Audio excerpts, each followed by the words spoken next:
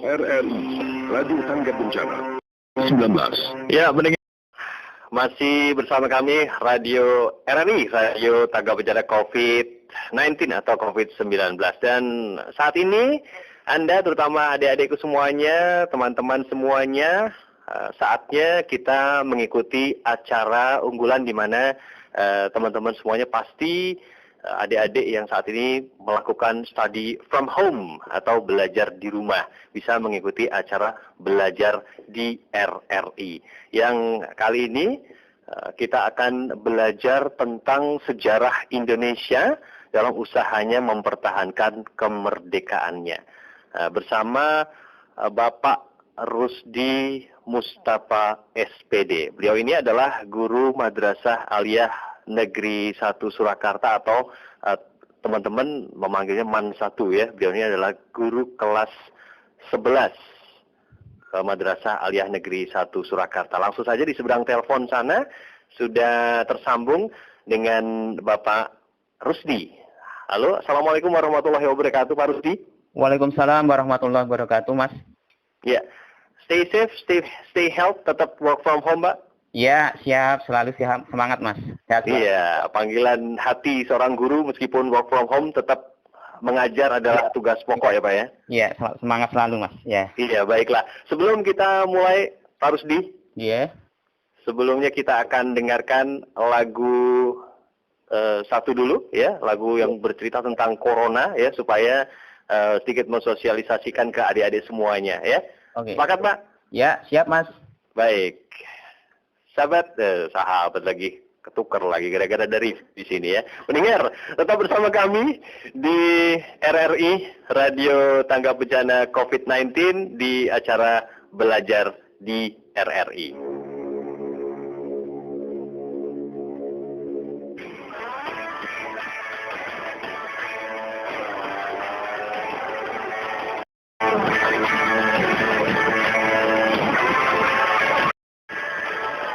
Waspada corona, cuci tanganlah setiap hari. Jaga selalu jarakmu ketika kita berinteraksi. Oh, ingatlah jaga. Halo Pak. Iya. Nggih, mengke niki ampun ditutup tien nggih. Iya, siap. Oke, matur suwun nggih Pak nggih. Iya. Marilah bersatu padu, stop penyebaran virus corona. Tetap tenang, tidak panik, tingkatkan kewaspadaan. Marilah kita berjuang, cegah penyebaran virus corona. Pasti bisa melewati, hadapi ini semua.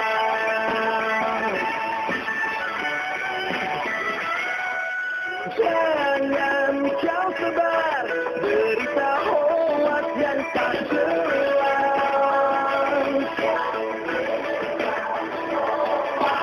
Ikuti semua anjuran pemerintah. Bekerja, belajar, dan beribadah di rumah. Marilah bersatu padu, stop penyebaran virus corona. Tetap tenang, tidak panik, tingkatkan kewaspadaan. Marilah kita berjuang, cegah penyebaran virus corona. Pasti bisa melewati, hadapi ini semua.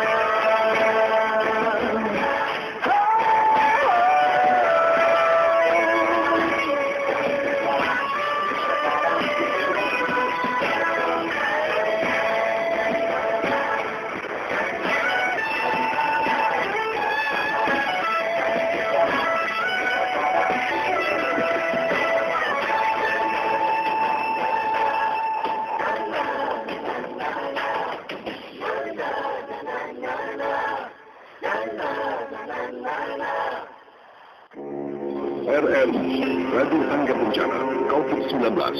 Ya, pendengar masih bersama kami RRI Radio Tanggap Bencana COVID-19 dan kita sekarang ada di acara Belajar di RRI.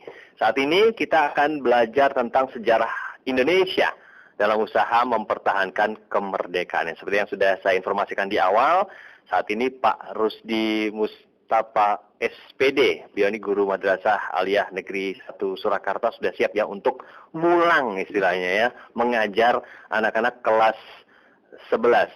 Ya, Pak Rusdi? Iya Mas, siap. Ya, sudah siap. Kalau kelas 11 itu kalau orang lama seperti saya itu kelas 2 SMA ya Pak ya? Ya, kelas 2 Mas, ya betul. Kelas 2 SMA, baik. Sudah siap Pak ya? Ya, siap. Monggo, kita mulai belajarnya Pak.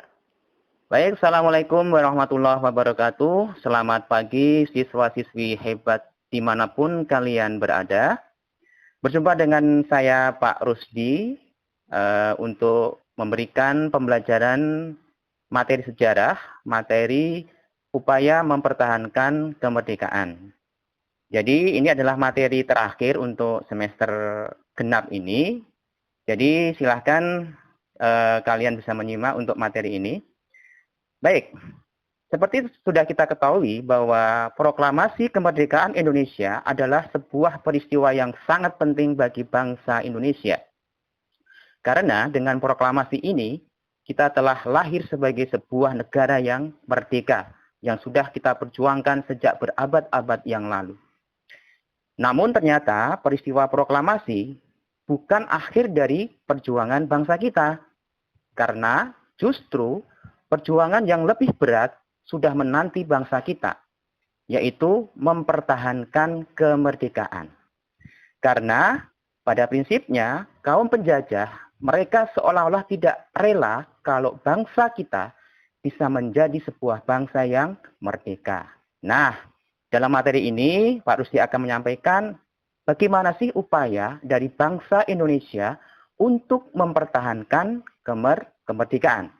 Nah, nanti akan Pak Rusdi sampaikan ada 2 cara untuk mempertahankan kemerdekaan, yaitu dengan cara konfrontasi dan juga dengan diplomasi. Jadi ini adalah 2 upaya yang dilakukan oleh bangsa Indonesia dalam upaya mempertahankan kemerdekaan. Baik, barangkali ada yang bisa menjelaskan atau mungkin sudah paham apa itu upaya konfrontasi dan diplomasi. Nah, betul ya. Jadi upaya konfrontasi itu yaitu dengan cara kekuatan senjata. Jadi untuk mempertahankan kemerdekaan bangsa kita, para pejuang kita pada masa itu mereka menggunakan kekuatan senjata, kekuatan fisik. Ya, karena pada prinsipnya kan mereka tidak rela kalau kemerdekaan kita yang sudah direbut dengan darah dan air mata itu direbut oleh penjajah lagi. Kemudian nanti yang kedua adalah diplomasi, yaitu menggunakan jalur perundingan. Nah, 2 cara ini dilakukan secara beriringan, ya. Jadi tidak salah satu dulu baru yang lainnya. Nah, untuk cara konfrontasi. Jadi, setelah proklamasi itu, pihak sekutu ya yang biasanya akan ditunggangi oleh Belanda atau Nika, mereka belum bisa masuk ke Indonesia setelah proklamasi karena mereka masih mengurusi urusan di negara-negara yang lain. Tapi akhirnya pada tanggal 29 September 45 secara resmi sekutu masuk ke Indonesia. Yang secara statusnya pada saat itu kita sudah menjadi negara yang merdeka. Nah, kedatangan sekutu ini tentu saja menimbulkan ketegangan dengan bangsa kita, dengan para pejuang-pejuang kita, dengan para pemimpin-pemimpin kita. Apalagi saat kedatangan sekutu itu, mereka ternyata diboncengi oleh Belanda, yaitu Nika.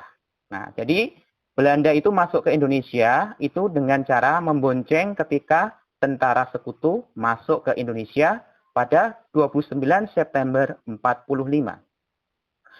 Nah, untuk sekutu, ketika mereka masuk Indonesia, sekutu membentuk sebuah pasukan yang namanya adalah pasukan AFNE. pasukan AFNE atau pasukan sekutu untuk Hindia Belanda yang dipimpin oleh Letnan Jenderal Philip Christison atau lengkapnya adalah Letnan Jenderal Sir Philip Christison. Ya, di mana AFNE ini adalah bagian dari pasukan sekutu di Asia Tenggara yang bernama pasukan SEAC atau Komando Tertinggi Sekutu di Asia Tenggara. Baik, kita kembali ke AFNE lagi. Jadi, apa sih tugas AFNE itu ketika masuk di Indonesia? Nah, ada 5 tugas yang mereka lakukan. Yang pertama adalah menerima penyerahan kekuasaan dari Jepang. Ya, makanya ketika dulu terjadi vacuum of power, kenapa Jepang itu kok tidak memberikan izin proklamasi kepada bangsa Indonesia? Itu semata-mata karena Jepang menunggu kedatangan sekutu untuk masuk ke Indonesia. Karena saat itu posisi Jepang dia sudah kalah dari sekutu. Nah, maka nanti tugas AFNE ya itu menerima penyerahan kekuasaan dari Jepang. Kemudian tugas AFNE yang kedua adalah membebaskan para tawanan sekutu yang ditawan oleh Jepang atau istilahnya adalah interniran. Kemudian yang ketiga adalah melucuti senjata pasukan Jepang, kemudian dipulangkan ke negaranya. Selanjutnya adalah mempertahankan kondisi aman sebelum diserahkan pada pemerintahan sipil. Yang terakhir adalah menangkap para penjahat perang dan menuntutnya di pengadilan perang. Itu adalah tugas dari AFNE. Nah, bagaimana kemudian terjadi konflik senjata dengan pihak Indonesia? Nah, tadi di depan Pak Rusdi sudah sampaikan, ketika sekutu masuk ke Indonesia, ternyata ada tentara Belanda atau Nika yang membonceng. Ketika bicara tentang Belanda, pasti tujuannya adalah untuk kembali menguasai Indonesia. Inilah yang nanti menimbulkan bibit-bibit permusuhan baru dengan bangsa kita. Apalagi saat itu, Nika Belanda yang didukung oleh sekutu, mereka sudah mulai melakukan provokasi-provokasi terhadap bangsa kita. Salah satunya adalah Nika membentuk sebuah negara yang disebut dengan negara boneka. Nah, jadi Belanda atau Nika itu membentuk negara boneka. Ada yang tahu tidak apa itu negara boneka? Nah, jadi negara boneka itu adalah negara yang dibentuk oleh Belanda di Indonesia dengan menggunakan sistem Belanda, tapi orang-orangnya adalah orang-orang Indonesia. Kalau dalam bahasa kita ya, para pemimpin negara boneka itu adalah tidak lebih dari seorang pengkhianat, karena mereka mau menjadi antek dari Belanda. Jadi itu adalah salah satu upaya Belanda untuk kembali menguasai Indonesia, yaitu membentuk negara boneka. Ya, tadi mereka masuk ke Indonesia, membonceng tentara sekutu, kemudian mereka membentuk negara boneka. Nah, siapa sih tokoh dari yang punya ide membentuk negara boneka itu? Nah, tolong diingat ya, ada satu tokoh yang sangat terkenal ya sebagai inisiator dari pembentukan negara boneka, yaitu yang bernama adalah Van Mook, ya. H.J. Van Mook lengkapnya. Karena Van Mook ini adalah yang mendirikan BFO atau semacam Badan Permusyawaratan Federal. Apa sih itu BFO? Ya, BFO itu adalah kumpulan dari negara-negara boneka bentukan Belanda di Indonesia. Namanya adalah BFO. Nah, kalau ada pertanyaan, di mana saja sih negara boneka bentukan Belanda? Nah, itu banyak sekali. Misalnya ada negara Indonesia Timur, ada negara Sumatera Timur, negara Pasundan, negara Madura, negara Jawa Timur, dan masih banyak yang lain. Yang tadi, setiap negara boneka ini itu dipimpin oleh seorang wali negara yang notabene mereka adalah orang-orang Indonesia sendiri. Yang tadi Pak Rusdi sampaikan, para pemimpin negara boneka ini mereka tidak lebih dari para pengkhianat bangsa yang mereka rela menjual negaranya demi kepentingan pribadi. Nah, jadi untuk perjuangan konfrontasi ini, nanti ada beberapa peristiwa yang anak-anak harus ingat ya untuk perjuangan konfrontasi. Memang banyak sekali peristiwa-peristiwa yang merupakan bentuk dari perjuangan konfrontasi. Tapi di sini nanti saya hanya menerangkan beberapa di antaranya. Yang pertama adalah peristiwa pertempuran 5 hari di Semarang. Nah, pertempuran 5 hari di Semarang. Coba kalau kalian jalan-jalan ke kota Semarang, maka di sana ada sebuah tugu ya, sebuah tugu yang menjadi ikon dari kota Semarang bahkan Jawa Tengah ya, yaitu Tugu Muda ya, Tugu Muda di Semarang. Nah, jadi Tugu Muda ini sebagai bukti dari peristiwa pertempuran 5 hari di Semarang itu yang terjadi pada tanggal 15 sampai 20 Oktober 1945. Jadi di sekitaran Tugu Muda itu dulu terjadi pertempuran yang sangat dahsyat antara pejuang-pejuang Indonesia dengan tentara sekutu. Nah, kemudian dalam peristiwa pertempuran 5 hari Semarang, sebenarnya itu berawal dari peristiwa ini. Jadi saat itu ada proses pemindahan 400 orang tentara Jepang dari Cepiring ke Semarang yang dikawal oleh polisi Indonesia. Tapi dalam perjalanannya, tentara Jepang melucuti polisi Indonesia, kemudian mereka bergabung dengan tentara Jepang yang dipimpin oleh Mayor Kido. Nah, kemudian apa yang membuat pecahnya pertempuran 5 hari selain yang tadi saya sebutkan? Nah, ada satu peristiwa yang itu menjadi pemicu dari pertempuran 5 hari Semarang adalah terbunuhnya Dr. Karyadi ya. Dr. Karyadi ya sekarang menjadi nama rumah sakit di Semarang. Jadi Dr. Karyadi ini adalah seorang kepala dari laboratorium yang ada di daerah Candi ya, di daerah Candi yang saat itu dia mendengar kabar bahwa Jepang meracuni air minum yang itu akan dikonsumsi oleh warga Semarang. Nah, kemudian Dr. Karyadi mengecek informasi itu dan benar bahwa air yang akan digunakan oleh masyarakat kota Semarang itu diracuni. Kemudian saat beliau memeriksa instalasi air minum itu ketahuan oleh tentara Jepang dan akhirnya dibunuh. Nah, peristiwa inilah yang kemudian menjadi pemicu dari pertempuran yang lebih besar lagi. Itu sekilas tentang pertempuran 5 hari di Semarang. Kemudian peristiwa kedua adalah pertempuran Medan Area yang terjadi di Sumatera Utara. Nah, pokok dari peristiwa ini itu diawali dengan satu peristiwa ketika ada orang-orang Belanda ya yang didukung oleh sekutu, mereka melakukan penistaan gitu atau penghinaan terhadap simbol merah putih ya. Lebih tepatnya adalah sebuah lencana merah putih yang saat itu dipakai oleh seorang pejuang, kemudian itu direbut gitu ya, kemudian diinjak-injak. Nah, inilah yang akhirnya membuat rakyat di Medan saat itu mereka menjadi marah ya, marah sehingga terjadilah pertempuran yang semakin meluas di kota Medan dan sekitarnya.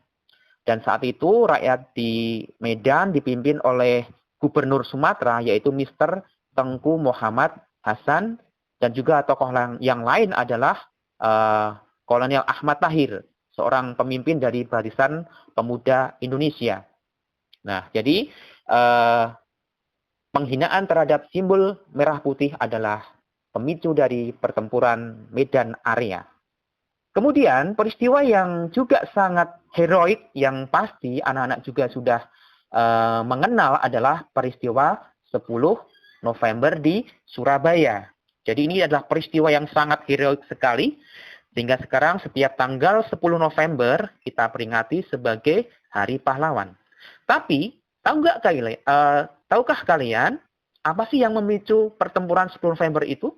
Nah, peristiwanya adalah ketika terbunuhnya ya Maijen Melebi, ya Panglima Tentara Sekutu di Surabaya, yang pada tanggal 9 November ditemukan tewas ya ketika terjadi sebuah insiden dengan para pejuang Surabaya, arek-arek Surabaya ya.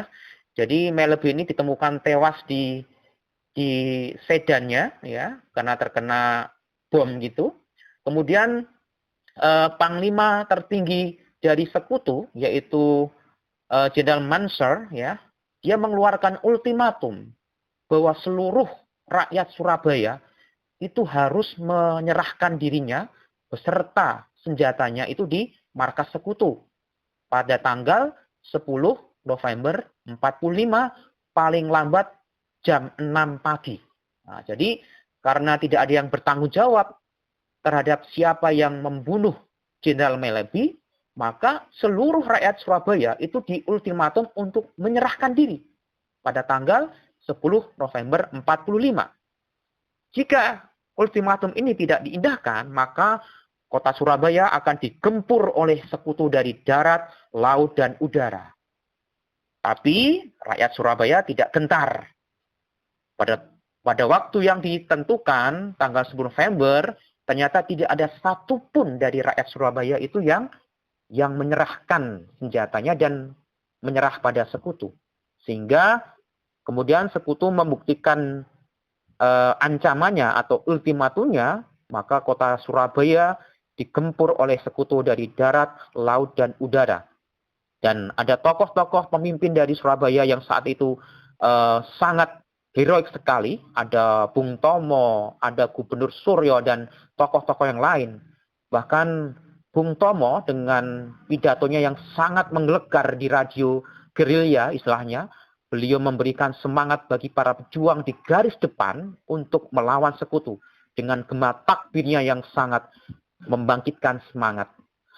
Itu untuk pertempuran 10 November. Kemudian peristiwa yang lain adalah pertempuran Ambarawa, ya, atau sering dikenal dengan nama Palagan Ambarawa. Jadi pertempuran ini terjadi pada tanggal 20 November sampai 15 Desember 45. Nah, kalau ditanya tentang apa sih penyebabnya, ya semuanya berawal dari keinginan Belanda untuk kembali menguasai Indonesia.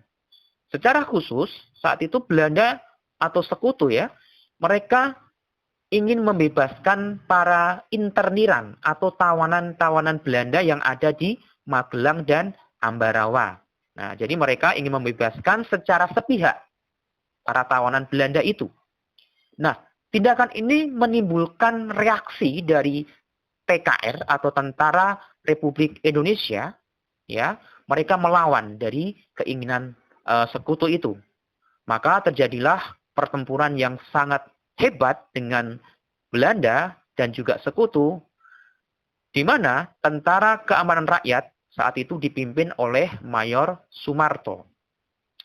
Kemudian eskalasi pertempuran semakin meluas hingga gugurnya seorang tokoh yang bernama Letkol Isdiman.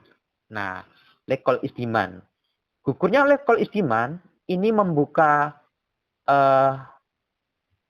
munculnya seorang tokoh yang sangat kita kenal, yaitu Kolonel Sudirman, ya, divisi komandan dari divisi Banyumas, yang saat itu beliau menggantikan posisi dari Letkol Isdiman. Yang kemudian sejarah mencatat bahwa Sudirman berhasil mengusir Sekutu dan Belanda dari Ambarawa. Nah, apa kunci dari keberhasilan dari Sudirman? Nah, ternyata itu ditentukan oleh siasat dari Sudirman yang sangat terkenal, yang disebut dengan taktik supit urang. Nah, ini. Jadi selain taktik gerilya, saat itu Sudirman untuk menghadapi Sekutu di Ambarawa, beliau menggunakan taktik supit urang. Ya. Jadi apa itu taktik supit urang? Jadi saat itu kota Ambarawa itu dijepit, ya, dijepit seperti urang itu ya, atau udang itu dijepit dari berbagai posisi oleh para pejuang. Sehingga saat itu tentara sekutu mereka tidak bisa keluar dari markasnya. Jadi mereka diputus suplai bantuan dan komunikasi oleh Sudirman dengan taktik supit urang ini. Bahkan dalam sejarah Perang Dunia, taktik supit urang adalah salah satu taktik yang diakui oleh dunia sebagai taktik yang terbaik yang pernah ada. Jadi dengan supit urang ini akhirnya sekutu bisa diusir dari Ambarawa. Ya, luar biasa sekali ya. Karena kalah jumlah, karena juga kalah teknologi, maka diperlukan juga strategi yang tadi dinamakan supit urang. Taktik supit urang ya. Pak Guru Rusdi, banyak sekali materi-materi yang sudah diberikan. Tadi ada mulai dari pembentukan negara boneka, kemudian pertempuran 5 hari di Semarang, pertempuran Medan Area, ada juga tewasnya Jenderal Malabi yang memicu pertempuran 10 November, kemudian terakhir tadi taktik supit urang. Luar biasa sekali ya, betapa sejarah Indonesia ini dalam usahanya mempertahankan kemerdekaan. Dan ini saatnya Pak Guru Rusdi untuk memberikan mungkin post-test ya kepada murid-murid atau untuk yang saat ini sedang mendengarkan belajar di RRI, mungkin ada yang ingin ditanyakan, silakan.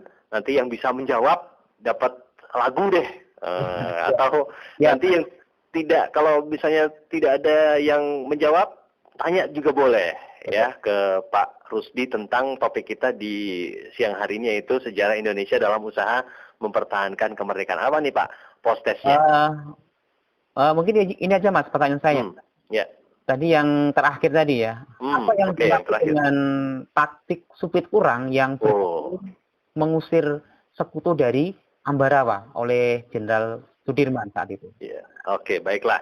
Jadi pendengar, adik-adik semuanya, ya terutama muridnya Pak Rusdi nih dari Madrasah Aliyah Negeri 1 Surakarta tadi yang sudah mendengarkan pasti tahu ya apa itu taktik supit urang. Ya, silakan dijelaskan, dijabarkan ya lewat WhatsApp kita di 085 800 245 345 ya. Sekali lagi di 085 800 245 345. Yang mau menjawab juga bisa ya.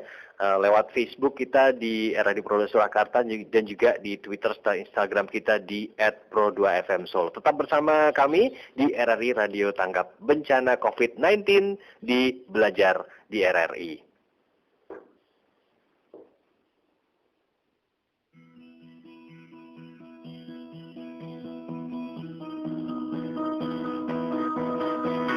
Samarkanlah dan ceritakan.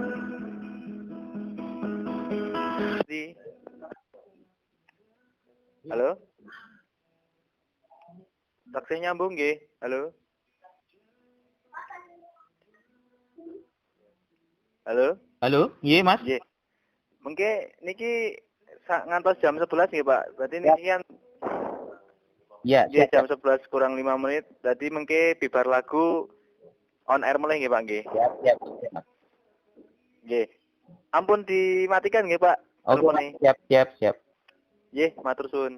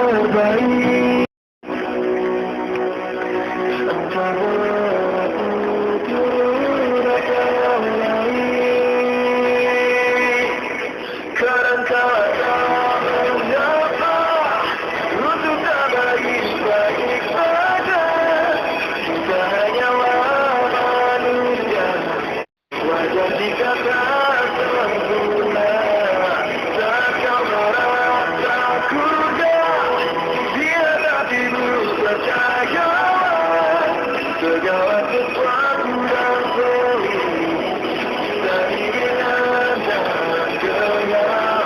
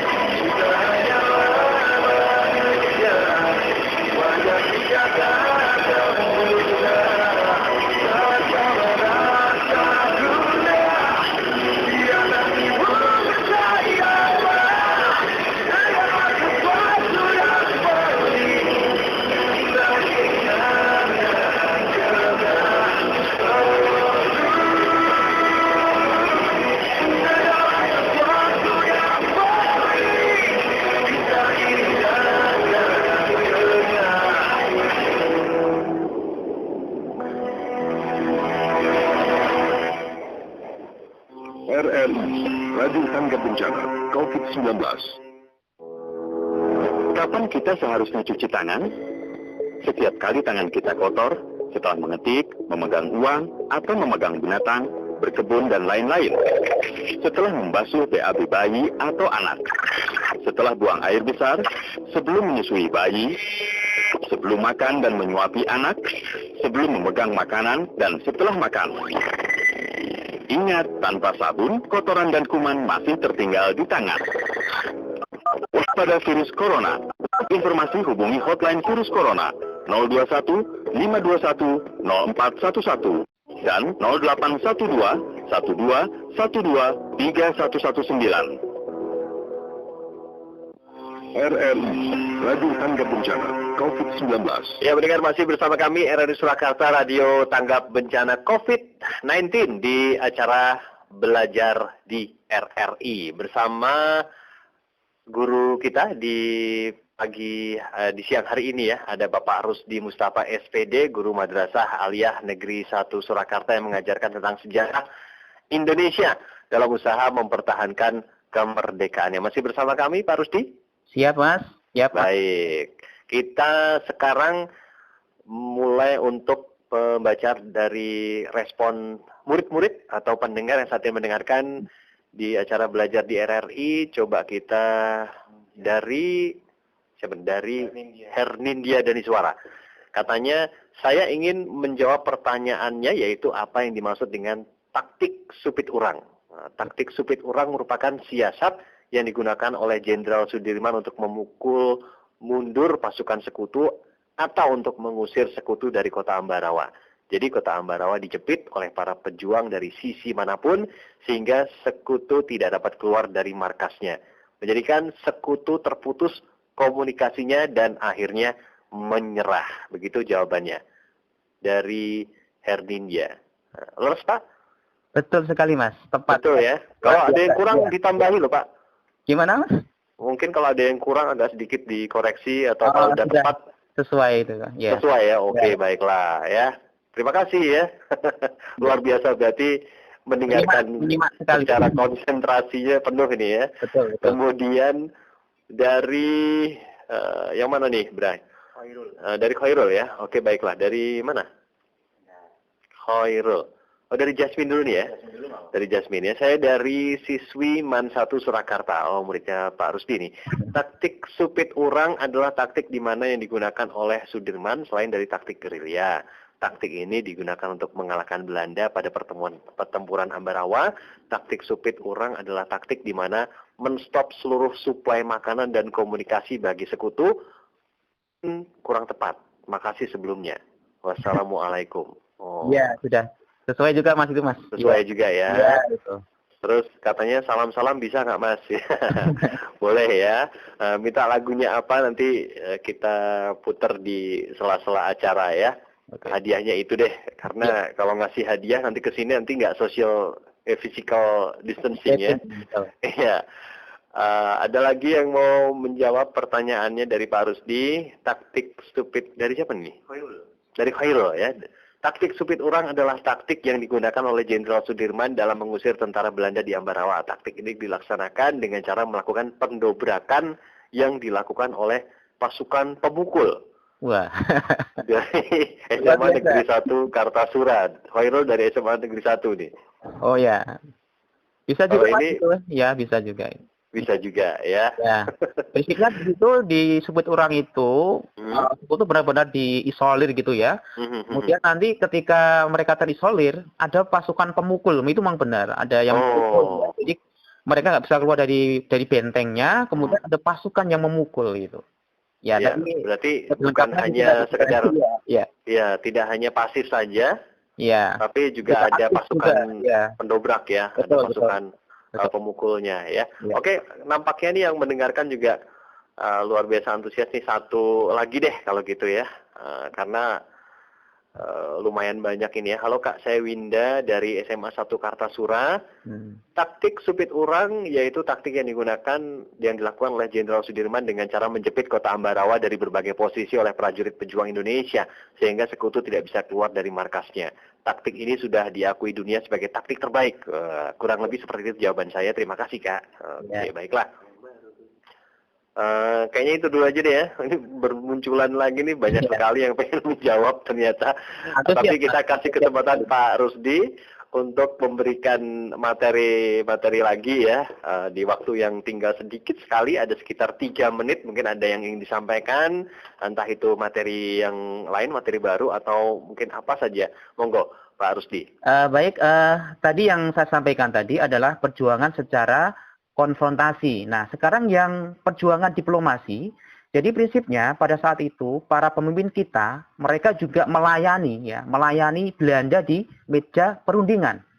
Ada beberapa perundingan atau perjanjian yang bisa kita sampaikan. Ada perjanjian Linggarjati, Renville, Rumroyen, Meja Bunda dan Konferensi Inter-Indonesia. Nah, ini membuktikan bahwa sebenarnya pihak Indonesia itu bangsa yang cinta perdamaian. Artinya apa? Ketika Belanda mereka menggunakan kekuatan senjata, kita layani juga. Ketika mereka minta berunding, juga kita layani. Jadi kurang apa sih bangsa kita itu sebenarnya? Jadi ya itulah ya beberapa cara yang kita gunakan. Nah sekarang untuk Linggarjati biasanya yang ditanyakan di soal ini sekaligus ini kisi-kisi ya itu menanyakan siapa sih ketua delegasinya gitu ya dari Indonesia maupun dari Belanda. Untuk Linggarjati itu ketua delegasinya adalah Sultan Syahrir, Perdana Menteri Indonesia yang pertama. Kemudian dari pihak Belanda adalah Van Mook yang tadi pendiri dari negara boneka. Nah, kemudian yang sering juga ditanyakan di soal itu tentang apa sih hasilnya. Nah, biasanya kalau ditanya hasil itu kadang-kadang siswa itu jawabnya mungkin agak sulit gitu ya. Tapi prinsipnya gini saja, untuk hasil perundingan itu ambil poin pentingnya. Misalnya kalau Linggarjati, di situ poin pentingnya adalah wilayah Indonesia itu di mana saja menurut Linggarjati. Nah, kalau Linggarjati itu wilayah kita itu hanya 3 ya sesuai Linggarjati. Sering saya singkat dengan istilah Sujama ya, Sumatera, Jawa dan Madura. Nah, itu wilayah Indonesia menurut Linggarjati. Kemudian ada lagi beberapa poin yang lain. Kemudian untuk perundingan, akibat dari Linggarjati itu terjadi namanya adalah agresi militer 1 ya, 21 Juli 47. Nah, agresi militer 1 ini terjadi setelah Belanda itu melanggar kesepakatan Linggarjati. Jadi, kalau ada pertanyaan, agresi militer 1 adalah akibat dari penandatanganan Linggarjati, gitu ya. Setelah penandatanganan Linggarjati. Kemudian perundingan kedua adalah Renville, ya. Saat itu pihak Indonesia dipimpin oleh Perdana Menteri Amir Syarifuddin. Sedangkan dari Belanda, ini satu hal yang sangat sangat tidak perlu kita tiru ya, adalah orang Indonesia yang namanya adalah Abdul Qadir Wijoyo Atmojo. Kenapa dia berada di pihak Belanda? Ini memang taktik Belanda untuk menerapkan taktik divide et impera, taktik untuk memecah belah. Jadi sengaja Belanda mengirim orang Indonesia sebagai mengirim orang Indonesia sebagai ketua delegasi Belanda dalam Renville itu untuk memecah konsentrasi dari delegasi Indonesia. Bayangkan ketika kita berunding dengan pihak musuh, tapi dari pihak musuh adalah orang-orang kita sendiri. Nah, jadi ada perang psikologis barangkali yang ingin diciptakan oleh Belanda saat itu. Sehingga dari hasil Renville, hasil yang bisa kita sampaikan ternyata adalah sangat merugikan Indonesia, ya, karena wilayah kita semakin dipersempit oleh Belanda. Apalagi dalam satu poin dari Renville itu ada yang namanya garis Van Mook, garis yang membatasi wilayah Indonesia dan Belanda. Ya, bayangkan wilayah kita semakin kecil, ini dibatasi lagi dengan garis namanya garis Van Mook. Nah, ini karena tadi Belanda menggunakan politik pecah belah tadi ya. Kemudian perundingan berikutnya adalah perundingan Roem-Royen. Ya, ini perundingan Roem-Royen ini antara pihak Indonesia dipimpin oleh Mr. Muhammad Roem dan dari Belanda adalah Mr. Van Rooyen ya, yang nanti hasil dari Roem-Royen ini sebagai bahan untuk perundingan yang berikutnya yang rencananya diadakan di Belanda yang namanya adalah Konvensi Meja Bundar. Nah, Konvensi Meja Bundar dilaksanakan di kota Den Haag, negeri Belanda, dengan hasil yang sebenarnya itu Belanda sudah memenuhi keinginan Indonesia, yaitu mengakui kedaulatan Indonesia. Cuman sayangnya masih dalam bentuk Republik Indonesia Serikat. Nah, ada kata serikatnya. Padahal kita pengennya adalah kedaulatan yang penuh, yaitu Republik Indonesia atau Negara Kesatuan Republik Indonesia. Tapi itulah hasil yang bisa diraih oleh delegasi Indonesia yang saat itu dipimpin oleh Bapak Muhammad Hatta yang datang ke kota Den Haag, Belanda. Kemudian poin lain dari KMB itu adalah bahwa Irian Barat itu akan diserahkan ke Indonesia atau dibicarakan gitu ya, setahun setelah penyerahan kedaulatan. Ya, jadi pada tanggal 27 Desember 49 itu resminya dilakukan penyerahan kedaulatan oleh Belanda kepada Indonesia dalam bentuk negara Republik Indonesia Serikat.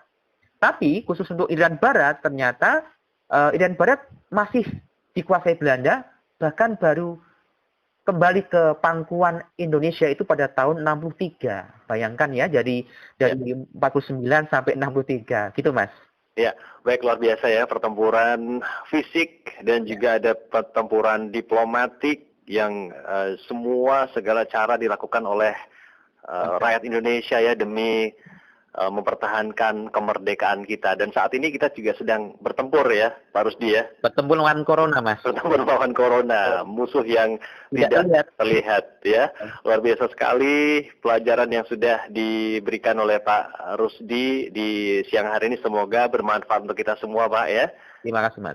Ya, sayang sekali waktunya juga terbatas sekali ya. Terima kasih juga untuk teman-teman adik-adik yang sudah beratensi dan juga sudah mengirimkan jawabannya, yang bertanya dan juga mendengarkan di acara belajar di RRI pagi hari ini. Sekali lagi saya ucapkan terima kasih untuk Pak Rusdi Mustafa SPD, Guru Madrasah Aliyah Negeri 1 Surakarta. Dan pendengar RRI Surakarta Radio Tangga Bencana, kita jelang pukul 11 waktu Indonesia Barat. Saatnya kita akan nanti bergabung dengan Pro 3R Jakarta untuk mengikuti Warta Berita Olahraga. Tetap bersama kami di RRI Surakarta Radio Tangga Bencana COVID-19. Indonesia.